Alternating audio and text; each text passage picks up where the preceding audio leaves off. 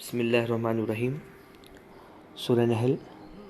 Chapter number 16 آیت number 28-29۔ جن لوگوں کو فرشتے اس حال میں وفات دیں گے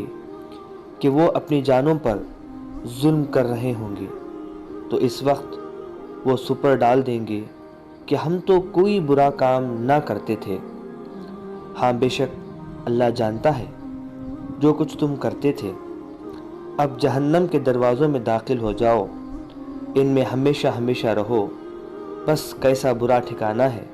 تکبر کرنے والوں کا۔ اس قرآن کی آیت میں اللہ سبحانہ وتعالیٰ نے ان لوگوں کے بارے میں فرمایا جنہوں نے اپنے جانوں پر ظلم کیا۔ یہ ظلم کیا ہے؟ اگر کوئی اللہ کو نہیں مانتا ہے یا اللہ کے جو کلام کو نہیں مانتا ہے، جو پیغمبر کے ذریعے سے اللہ نے اس مخلوق کو دیا، یا روز قیامت پر وہ نہیں مانتا ہے، یا وہ خدا کا انکار کرتا ہے، تو وہ خود پہ ظلم کرتا ہے۔ اگر وہ اللہ کی بنائی ہوئی چیزیں دیکھ کر اللہ تک نہیں پہنچتا، اپنے گناہوں کی معافی نہیں مانگتا، اپنے بھیجے ہوئے پیغمبر کی بات نہیں مانتا، تو نہ کچھ خدا کو اس سے نقصان ہونے والا ہے، نہ پیغمبر کو نقصان ہونے والا ہے، نہ قرآن کو سمجھنے اور نہ قرآن پڑھنے کی وجہ سے قرآن کو کوئی نقصان ہونے والا ہے، بلکہ اللہ کے احکامات کو نہیں ماننے کی وجہ سے، پیغمبر کے انکار کرنے کی وجہ سے اور اللہ کے دیے ہوئے کلام کا انکار کرنے کی وجہ سے وہ خود اپنے نفس پہ ظلم کر رہا ہے۔ تو اللہ سبحانہ وتعالیٰ یہاں پر ظلم دوسروں پہ نہیں بلکہ اپنے آپ پہ ہے، کیونکہ یہ ایسا ظلم ہے جس کی سزا تمہیں ہمیشہ ہمیشہ ملنے والی ہے۔ جب جو لوگ پوری زندگی شرک کر رہے تھے،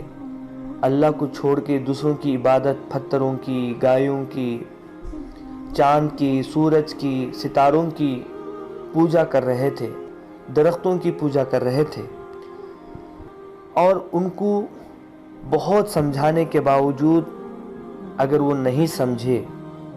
اور ایسی ہی ان کی پوری زندگی کٹ گئی، اور جب موت کا وقت آیا تب فرشتے ان کے پاس آ کے کہتے ہیں کہ چلو ابھی تمہاری جان نکالنا ہے، اور تم اپنے نفس پہ ظلم کیے ہو، یعنی پوری زندگی تم نے اپنے نفس کے اوپر، اپنے اوپر ظلم کیا ہے، تو وہ اس وقت اس کو بات میں سمجھ آئے گی اور وہ کہے گا کہ نہیں نہیں، میں تو کوئی برا کام نہیں کرتا تھا۔ اللہ یہی فرماتا ہے قرآن کے اندر، اس وقت وہ کہیں گے کہ ہم تو کوئی برا کام نہ کرتے تھے، مگر اللہ فرماتا ہے آگے کہ ہاں بے شک اللہ جانتا ہے جو تم کرتے تھے، یعنی پوری زندگی جو کرتے تھے اللہ سبحانہ وتعالیٰ اس کو دیکھ رہا تھا، اور اس کے بدلے میں اللہ سبحانہ وتعالیٰ کہتا ہے کہ اب جہنم کے دروازوں میں داخل ہو جاؤ۔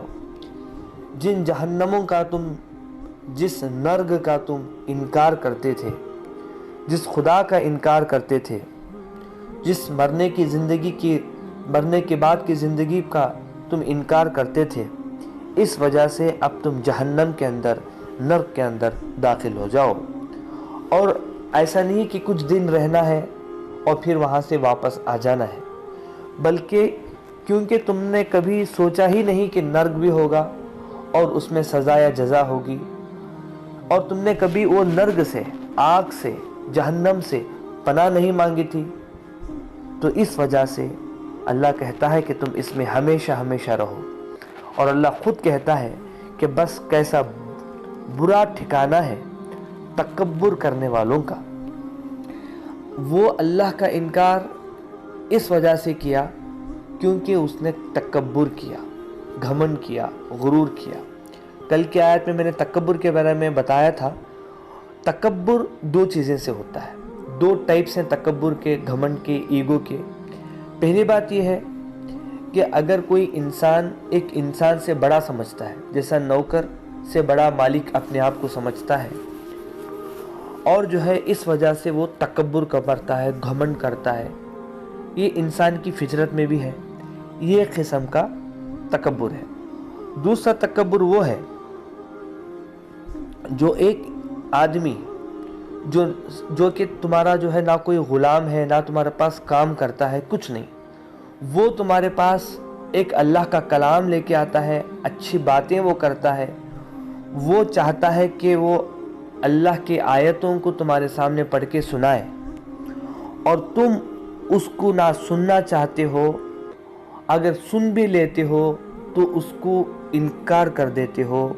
اور یہ انکار کرنا صرف گھمنڈ غرور کی وجہ سے ہے۔ اور یہاں پر جو تکبر کا ذکر ہے وہ وہی ہے کہ جو پیغمبر تمہارے سامنے جب میسیج پہنچاتے ہیں خدا کا، تو اس بدلے کہ اس کو مانیں اور غور و فکر کریں، تم گھمنڈ کرتے ہو، تکبر کرتے ہو۔ تو اللہ قرآن میں فرماتا ہے کتنا برا ٹھکانہ ہے تکبر کرنے والوں کا۔ اللہ سبحانہ و تعالی ہمیں جہنم سے بچائے، اللہ سبحانہ و تعالی ہمیں تکبر سے بچائے، اللہ سبحانہ و تعالی ہمیں شرک سے بچائے، اللہ سبحانہ و تعالی اس دنیا میں اور آخرت میں ہمیں کامیاب کرے۔